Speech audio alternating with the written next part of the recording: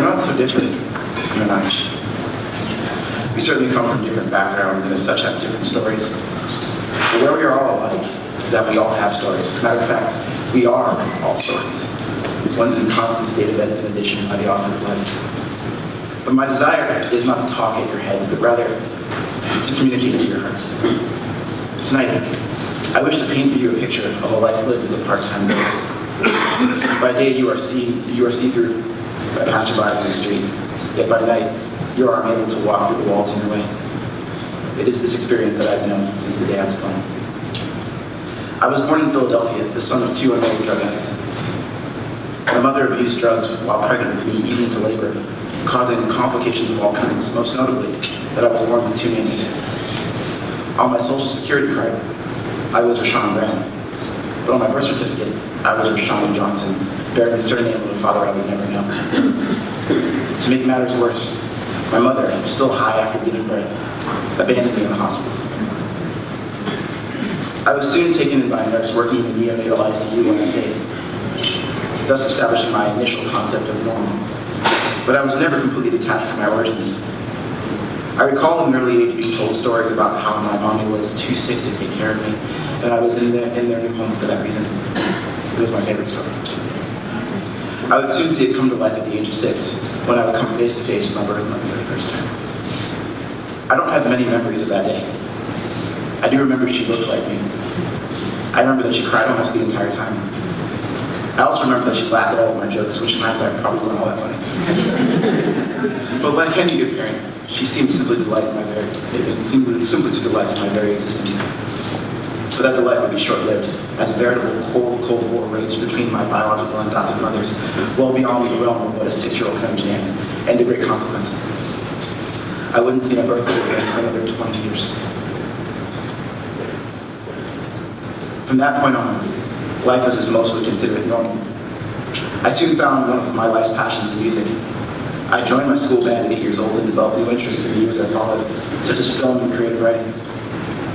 However, as I transitioned into grade school, into middle school, and even into high school, the reverberating sounds of the confusion I'd been born into slowly began to reveal themselves. I experienced the pain of deep-seated wounds I didn't even know were there, let alone to provide language for, only to be compounded by consistent verbal abuse in my home. Time flew by. Before I knew it, I was in college, a period of my life when I did my greatest amount of reflection. As the verbal abuse continued to greater and greater severity, I began to look at my life through brand new eyes, becoming more and more aware of life as an adopted child.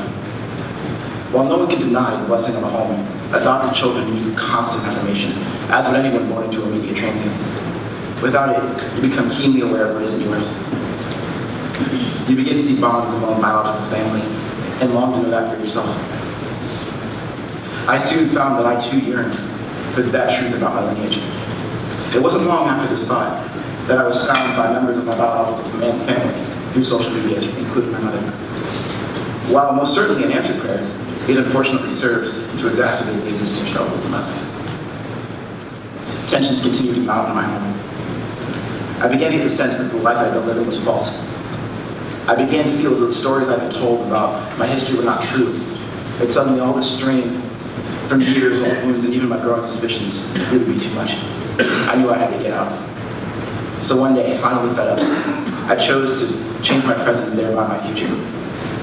I packed roughly 3 days' worth of clothing in my guitar case and crashed in a friend's apartment, never to sleep a day out of the mother's house again.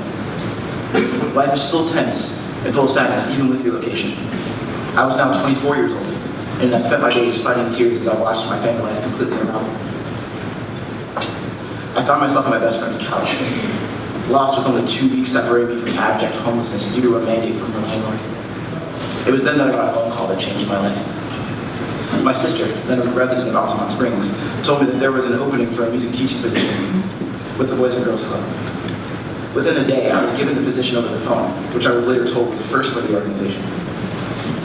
It wasn't long before my beloved Philadelphia was in my rearview, and I faded south to my new home in Orlando. Now, I'd like to tell you that things immediately got better and that I lived happily ever after, but it didn't. Actually, in some ways, it got worse.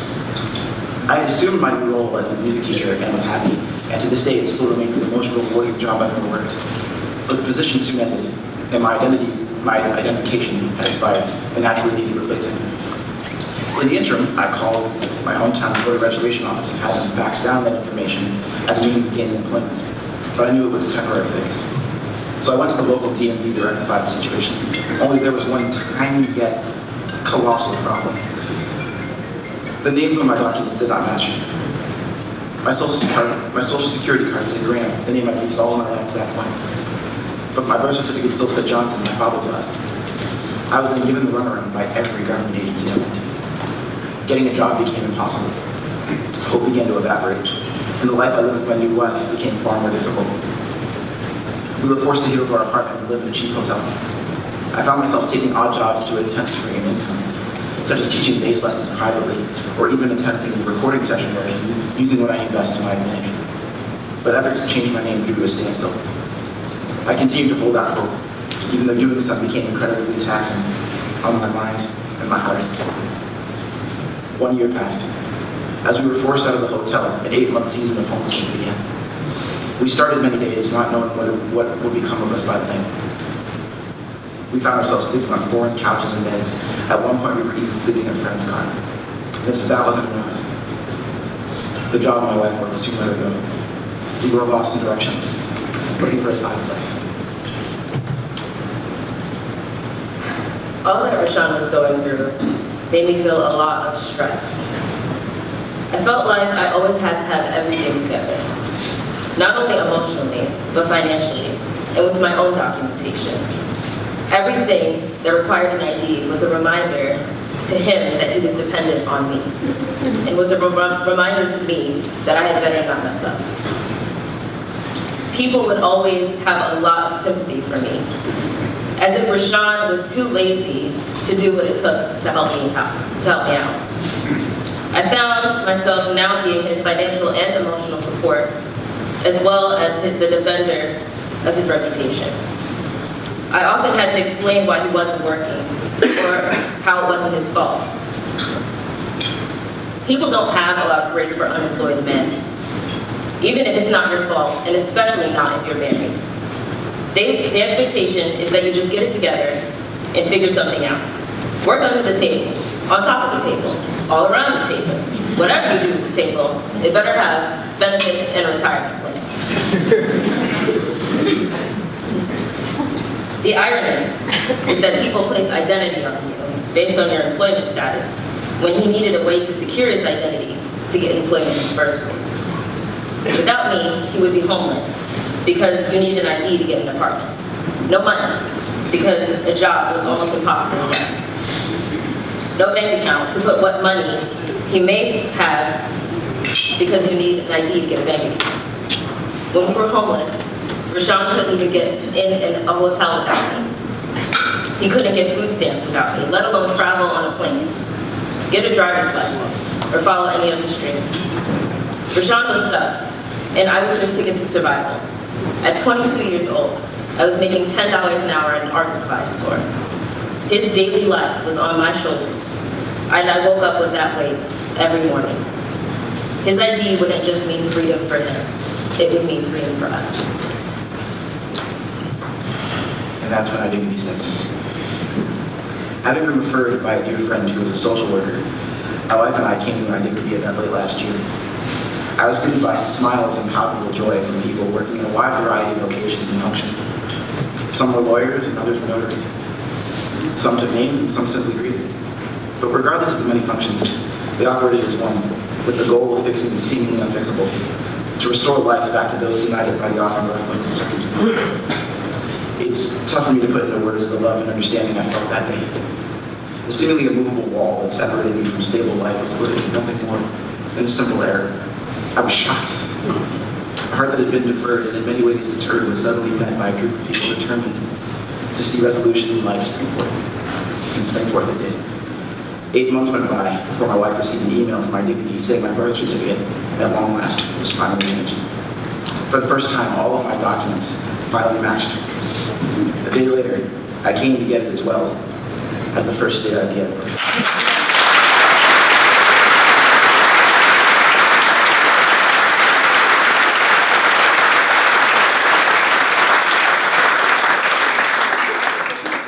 such is the very essence of identity.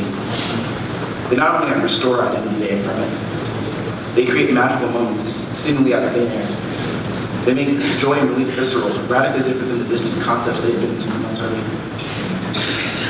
For the first time, verification of employment would not be the jumping through flame hoops they had been for a long time. And before I knew it, I began to calm.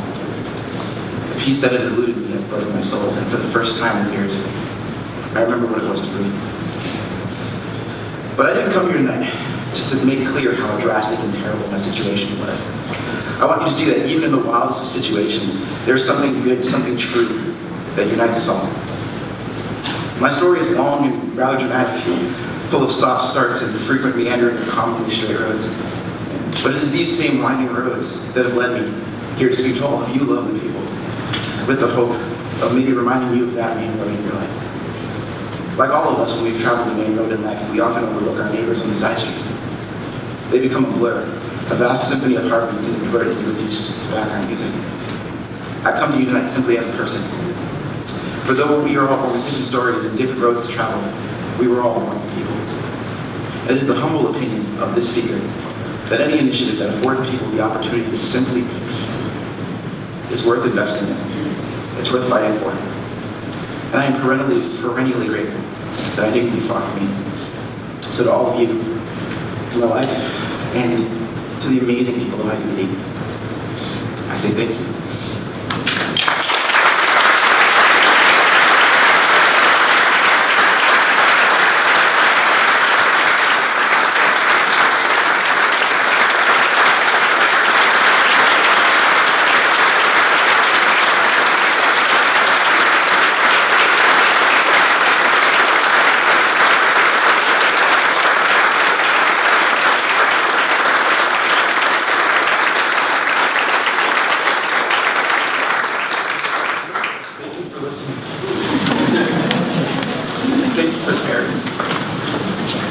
Thank you for sitting when I am most convinced of my invisibility. My name is Rahsaan and Carole, and I'm not a ghost anymore.